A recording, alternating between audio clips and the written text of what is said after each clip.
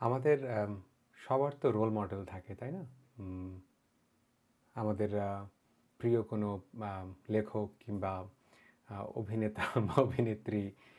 আম, আমরা আমাদের মধ্যে একটা প্রবণতা হচ্ছে আমরা কিছু মানুষকে এত উঁচুতে বসাই, আমরা টের পাই না তাদেরকে অত উঁচুতে বসানোর মাধ্যমে আমরা কিন্তু তাদের মনুষ্যত্ব থেকে তাদেরকে বিচ্যুত করে ফেলি। আমার প্রিয় একজন লেখক, ওনার নাম হচ্ছে ডেভিড লিভিংস্টন স্মিথ। উনি প্রায় 4 দশক ধরে গবেষণা করছেন মানুষ কিভাবে অন্য মানুষের প্রতি নিষ্ঠুর হয়। আমার কাছে মনে হয় ওনার বই পুস্তক পড়ে যেটা আমি শিখেছি, ওনার সাথে আমার একটা আলাপ করার সুযোগ হয়েছিল। আমরা অন্য একজন মানুষকে শুধুমাত্র অপমান করে বা তার প্রতি কটু ভাষা ব্যবহার করেই তাকে ছোট করি না। মাঝে মধ্যে কিছু মানুষকে আমরা এত উঁচুতে বসাই, সেই উঁচুতে বসানোর মাধ্যমেও কিন্তু সেই মানুষের মনুষ্যত্বকে আমরা ছোট করি, ক্ষুণ্ণ করি। কথাটা কেন বললাম? আমরা এমন একটা সময়ে বাস করি যে সময়ে আমরা ভীষণ সেলিব্রিটি ওয়ারশিপ কালচারে বাস করি।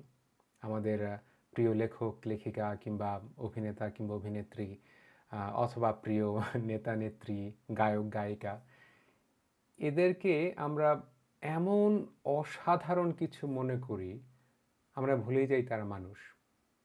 যখন এদের খুব কাছাকাছি আসি, যদি এমন কোনো ঘটনা ঘটে, ওই উঁচুতে বসানো মানুষগুলো তারা যদি আমাদের সাথে এমন কোনো আচরণ করে যে আমাদের প্রত্যাশিত নয়, তখন আমাদের মন ভেঙে যায়।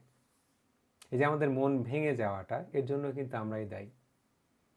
কারণ যে মানুষগুলোকে আমরা এত উঁচু আসনে বসিয়েছি, ওনারা কিন্তু আমাদেরকে বলেননি ওনাদেরকে বেদিতে বসাতে।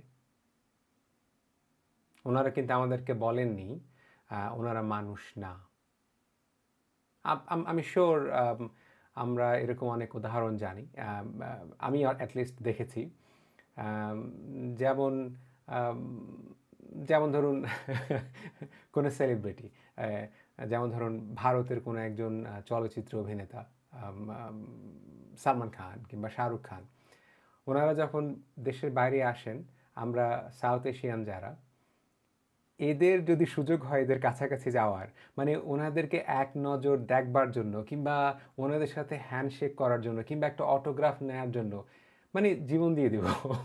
যে কোনো কিছুর বিনিময়ে আমরা তাদের একটু কাছাকাছি এসে তাদেরকে দেখতে চাই।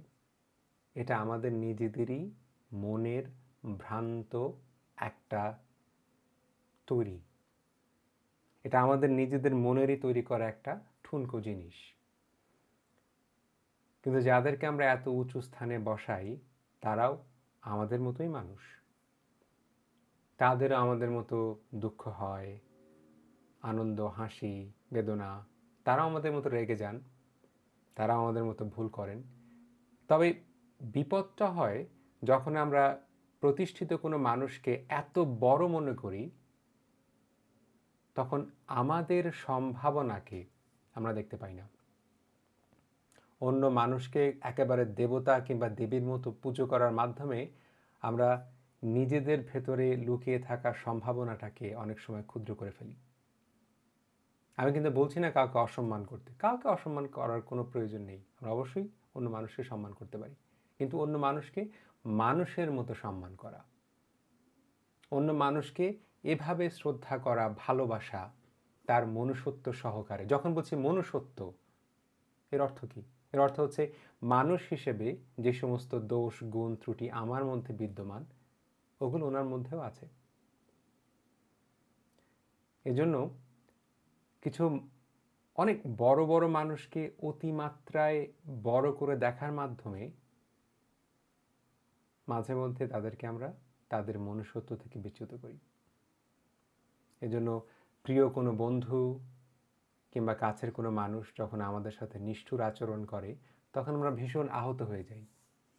আমাদের কাছে মনে হয় আমার ভাই কিংবা আমার বোন, আমার বন্ধু আমার সাথে এরকম আচরণ করতে পারলো।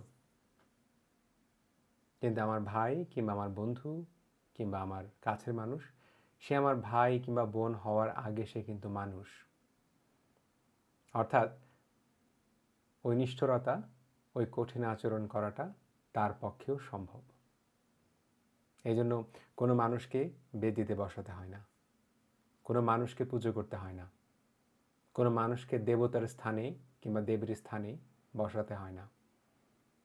কোনো মানুষকে দেবদেবীর স্থানে বসানো এর অর্থ হচ্ছে তাকে তার মনুষ্যত্ব থেকে ছুঁড়ে ফেলা।